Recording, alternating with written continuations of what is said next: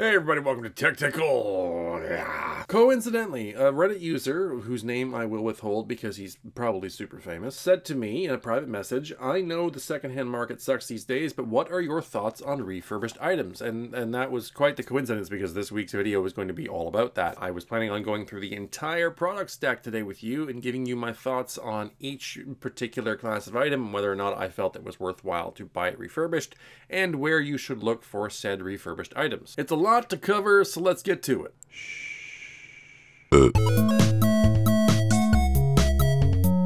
First component we're going to talk about are motherboards. Motherboards carry the shortest warranty period of any component in your build, more than likely. SSDs, CPUs, RAM, which is usually lifetime, and even graphics cards will have longer warranty periods than motherboards. And that is because motherboards are probably the most sensitive and the most susceptible to damage component in your entire rig. And if the socket is, of course, a land grid array, then it's got lots of tiny little pins on it that can easily get bent, and that, of course, would require servicing.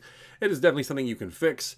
But again, it's another one of the reasons that motherboards often go kaput long before the rest of your system is ready for an upgrade. But on the flip side, motherboards are probably the easiest item in your entire system for a technician to repair. So there are a lot of refurbished motherboards available on websites like Newegg and probably Amazon, although I don't really look all that much there. So speaking of the effectiveness of refurbished motherboards, they're usually fine, and they're usually fine for just as long as a new motherboard would be, because the majority of motherboards, when they get sent back for repair, it's usually just a case of replacing a bad choke or bad capacitor, and then the motherboard is perfectly fine and everything is good to go. But because there are so many refurbished motherboards on the market, being that they're so simple to repair, there's probably not a lot of savings to be had by buying refurbished over a new motherboard of the same socket and function for your purposes. Couple that with the fact that the warranty periods usually drop from 2 to 3 years on a new motherboard all the way down to like 90 days or 6 months at most on a refurb. Just on the off chance that something else goes wrong,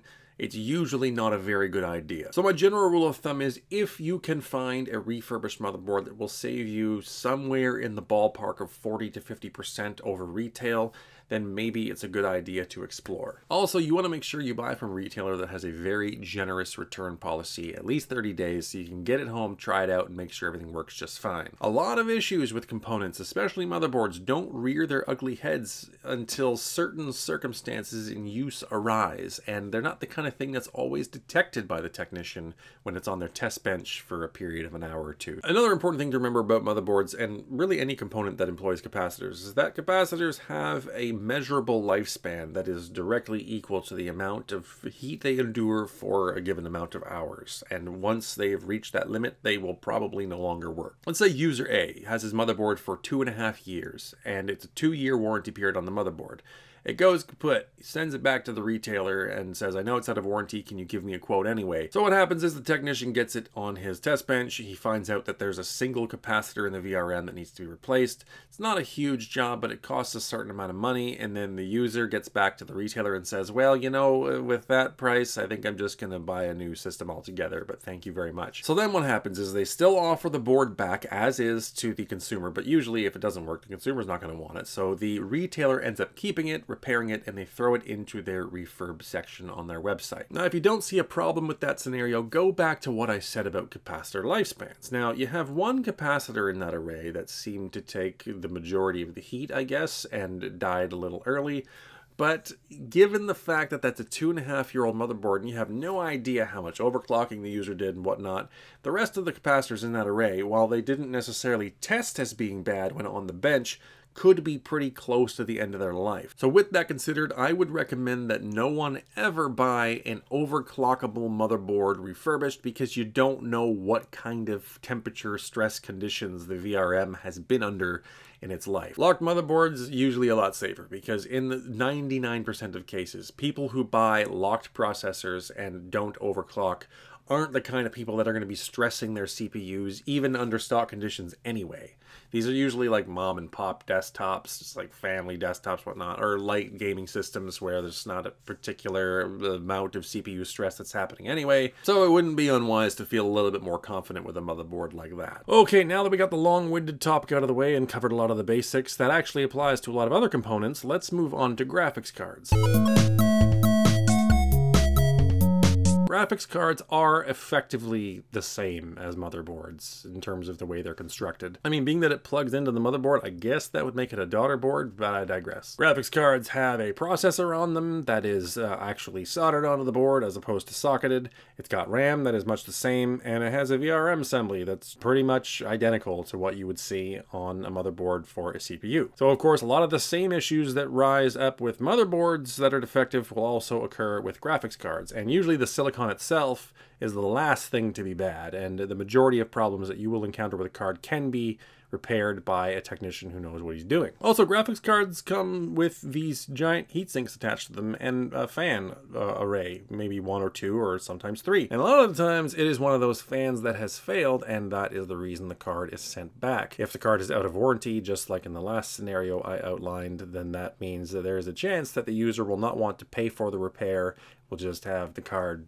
left at the manufacturer, and then they will repair the fan and put it up on their website or with a retailer for resale. So there are a lot of graphics cards out there that are refurbished and available for purchase, but there are a few different things you need to consider with cards as opposed to motherboards. For starters, GPU technology is advancing very fast, so it might not even be worth it to purchase an older card that's been repaired. But if it's a newer card that's in the refurb section, then it's considerable, but you often won't save the same kind of money to really make it worthwhile on a price performance basis. The one glowing exception to this is, of course, EVGA's B-Stock section of their website, which is absolutely fantastic. They've got brand new, fully functional graphics cards that have been returned for one reason or another and repaired for resale. The prices are very competitive and very tempting for anyone in almost any situation, all the way from the 1050s up to the 1080 Ti's and so on. And best yet, on a lot of these cards, EVGA actually applies a 1-year limited warranty, which is insane. And another thing to consider is that while graphics cards and motherboards are very electrically and mechanically and engineeringly similar in terms of the way they're designed, motherboards, in addition to the VRMs, the socket, the RAM slots and all that, also has a bunch of other shit to do that the graphics card doesn't. The graphics card pretty much just has, you know, clock generators and display outs, as where a motherboard has those in the case of onboard graphics, plus, you know, chipset and audio and networking and all that other bullshit that could go wrong with the board and make it less usable or completely useless. So all in all, the math is more favorable for graphics cards, and I would certainly recommend you keep an eye out for them to a much greater degree than you would motherboards, but it's really only because of EVGA's B-Stock section that it's even worthwhile to look at. Holy fuck, this is already 8 minutes long. This is gonna have to be a 2-parter, but to conclude the first part, we'll talk a little bit about monitors. As you can see, I just added a monitor to my messy set back there.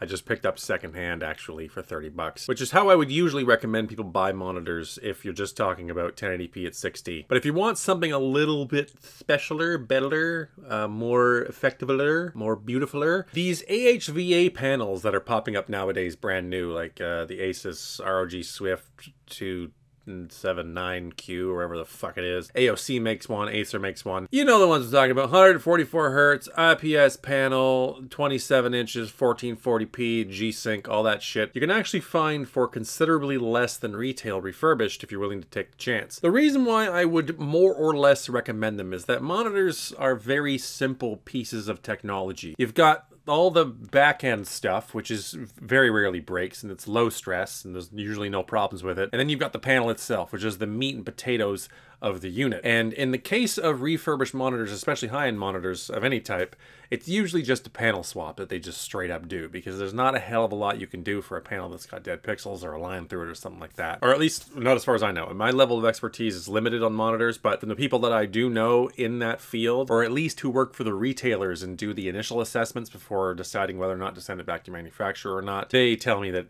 it's usually just panel swaps. So being that that's the case, these refurbished monitors that can often be upwards of 20 to 30% off retail are usually a pretty good bet. Anyhow, guys, I think that's going to be it for this part. I will follow up with the second part, although not necessarily immediately following this video. It depends on what happens throughout the week. And speaking of this stuff you see behind me, all of it slowly materializing as a second sort of PC down here, workstation, I guess, that I'm going to convince my wife that she can actually use from time to time and spend some time with me down here in my troll hole, as opposed to just being upstairs in her office all day long. Anyhow, that's it for me for this week. Thanks again for watching, and I'll see you again soon.